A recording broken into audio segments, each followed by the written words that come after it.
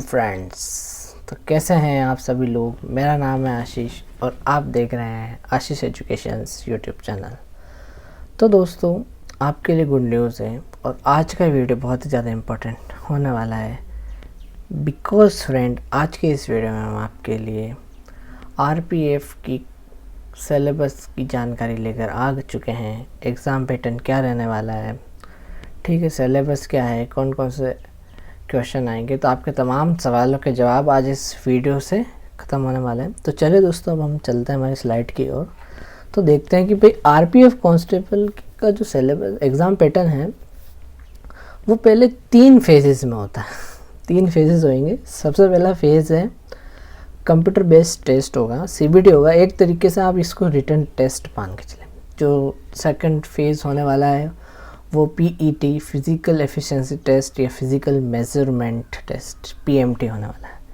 PMT से आप MBBS की तरफ ना चले जाइए दोस्तों, ये पीएमटी अलग है, ये फिज़िकल मेजरमेंट टेस्ट है। आजकल वैसे पीएमटी बंद कर दिया है।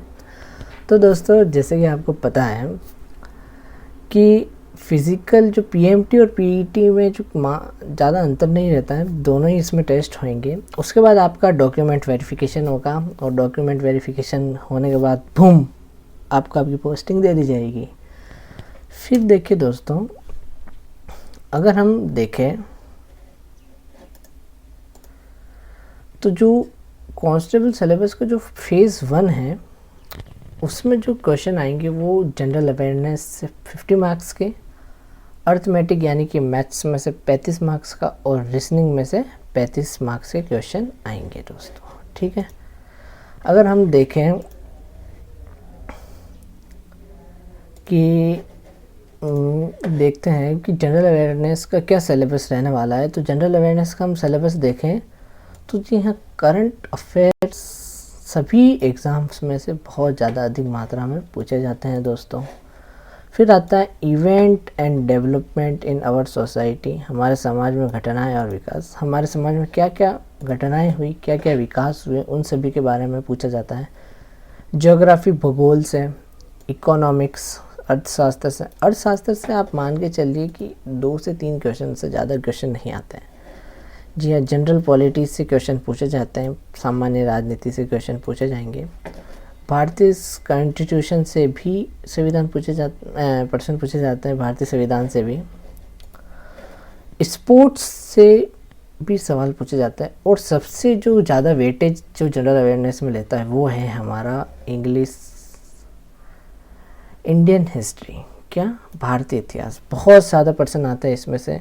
किसी भी आप विषय, किसी भी परीक्षा का आप प्रीवियस ईयर क्वेश्चन और पेपर उठा के देख लीजिए, उसमें से जो जनरल अवेयरनेस का जो भाग है वहाँ पर सबसे ज़्यादा क्वेश्चन, शायद तक तो नहीं कह सकते हैं, पर ज़्यादातर भारतीय इतिहास से ही क्वेश्चन आते हैं। भारतीय इतिहास में से सिंधु सभ्यता हुआ, वैदिक सभ्यता हुआ, तो इनमें से बहुत से प्रश्न बनते हैं। अपना हिस्ट्री एकदम क्लियर करके रखें दोस्तों। फिर अगर हम देखें तो आर्ट एंड कल्चर से भी बहुत सारे एग्ज़ाम में क्वेश्चंस आते हैं। जनरल साइंस से देखो तो अभी बहुत सारे क्वेश्चंस आते हैं। तो ये सब भी में से बहुत सारे क्वेश्चंस आते हैं। ये हमने देख लिया जनरल अवेयरनेस का। अब अगर हम देखें तो अर्थमेटिक का अगर हम देखते हुए मैथमेटिक्स में से क्वेश्चन कहाँ कहाँ से पूछे जाते हैं, तो सबसे ज़्यादा तो नंबर सिस्टम से, आपको पता ही है किसी भी एग्ज़ाम में नंबर सिस्टम से सबसे ज़्यादा क्वेश्चंस पूछे जाते हैं, संख्या प्रणाली से। फिर आता है होल नंबर से पूछे जाते हैं, जी हाँ दोस्तों। फिर डेसिमल फ्रैक्शंस से पूछे जाते हैं, यानी दशमलव और भिन्न से। एवरेज, औसत से बहुत से क्वेश्चन आते हैं। इंटरेस्ट, ब्याज से बहुत से क्वेश्चन आते हैं। हानि और लाभ, प्रॉफिट और लॉस से बहुत सारे क्वेश्चन आते हैं। डिस्काउंट, छूट से बहुत सारे क्वेश्चंस आते हैं, ठीक है दोस्तों। तो ये बहुत से क्वेश्चन आते हैं मैथ्स में से भी। यूज टेबल एंड ग्राफ से भी बहुत सारे क्वेश्चंस आते हैं। मेजरमेंट, क्षेत्रमिति से। टाइम एंड डिस्टेंस, सबसे ज़्यादा वेटेज ये लेके के चलता है। ये वाला जो पोर्शन है दोस्तों, ये काफ़ी ज़्यादा वेटेज लेके चलता है। टाइम एंड डिस्टेंस का तो ध्यान रखिएगा, इसमें अच्छे नंबर लाने हैं आपको। और फिर रिलेशनशिप्स बिटवीन नंबर, संख्याओं के बीच संबंध। फंडामेंटल अर्थमेटिकल ऑपरेशंस, मौलिक अंकगणित, परसेंटेज। जी हाँ, जैसे कि मैंने उसमें आपको इतिहास के बारे में बताया था, वैसे ही मैथ्स में जो सबसे ज़्यादा क्वेश्चन आते हैं वो परसेंटेज से पूछा जाता है, और संख्या प्रणाली, नंबर सिस्टम और परसेंटेज प्रतिशत से सबसे ज़्यादा क्वेश्चन पूछे जाते हैं। आज तक के इतिहास में ऐसा एक भी पेपर नहीं आया है कि जिसमें परसेंटेज और नंबर सिस्टम से क्वेश्चन नहीं पूछे गए हों कॉम्पिटिटिव एग्ज़ाम में। तो आप अपना परसेंटेज और नंबर सिस्टम तो पक्का कर ही लेना दोस्तों, क्योंकि इसमें से आपको 5 से 10 क्वेश्चन आराम से देखने को मिल जाएंगे। फिर रेशियो और प्रोपोर्शन से आते हैं, अनुपात और समानुपात से भी क्वेश्चंस आते हैं। अब अगर हम देखें तो जनरल इंटेलिजेंस से भी बहुत से क्वेश्चंस आते हैं, ठीक है। जनरल इंटेलिजेंस से सबसे पहले एनालॉजिक सादृश्य से आते हैं, स्पेशल विजुअलाइजेशन से आते हैं, स्पैचुअल ओरिएंटेशन से आते हैं, स्थानिक उन्मुखीकरण से आते हैं, डिस्क्रिमिनेशन ऑब्जर्वेशन भेदभावपूर्ण अवलोकन से आते हैं, रिलेशनशिप कॉन्सेप्ट्स रिश्ते की अवधारणाओं से आते हैं। तो दोस्तों ये सबसे ज़्यादा क्वेश्चन यहीं से ही पूछे जाते हैं। फिर अर्थमेटिकल रीजनिंग आती है, अंकगणित की तर्क, classification of verbal and figure, मौखिक और चित्र का वर्गीकरण आता है, अर्थमेटिक नंबर सीरीज आती है, अंकगणित की श्रृंखला आती है, प्रॉब्लम सॉल्विंग एनालिसिस आते हैं, ठीक है, समस्या समाधान विश्लेषण, डिसीजन मेकिंग निर्णय लेने वाला आते हैं, visual memories, similarities and differences, सामान्यता और अंतर, सोलोजिस्टिक और रीजनिंग से आते हैं, नॉन वर्बल सीरीज गैर मौखिक श्रृंखला से आते हैं, कोडिंग एंड डिकोडिंग से बहुत से क्वेश्चन आते हैं, स्टेटमेंट एंड कंक्लूजन से भी क्वेश्चंस पूछे जाते हैं। तो जो ये सब टॉपिक से क्वेश्चंस आते हैं, इनमें अगर आपने ये सब टॉपिक कर लिए तो आप मान के चलिए कि आपका सिलेक्शन हो गया है।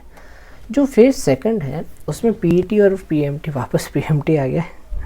पीएमटी का जो टेस्ट होगा, यानी कि आपका एक फिजिकल टेस्ट होगा, इसमें अगर आप योग्य उम्मीदवार को अंतिम दस्तावेज सत्यापन के लिए बुलाया जाएगा। रेलवे सुरक्षा बल जल्द ही अपनी वेबसाइट पर कांस्टेबल परीक्षा के लिए परीक्षा तिथियों की घोषणा बहुत जल्दी करेगा। आप जैसे उम्मीदवारों के लिए परीक्षा की तैयारी अभी से शुरू करना चाहिए, एक बुद्धिमान कदम होगा। आप अभी से अपने एग्ज़ाम की तैयारी कर लीजिए, क्योंकि बहुत ही जल्द रेलवे अनाउंसमेंट करने वाला है आरपीएफ की, कांस्टेबल की या एसआई की, सभी की नोटिफिकेशन का। तो आप सब तैयारी रखिए अपने दोस्तों।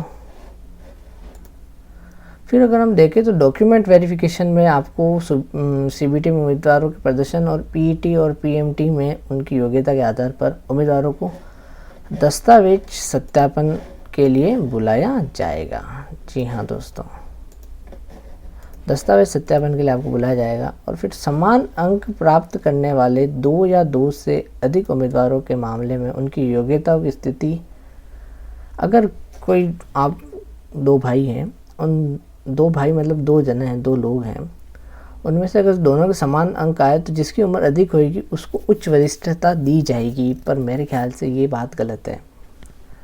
उसको क्यों वरिष्ठता दी जाए दोस्तों?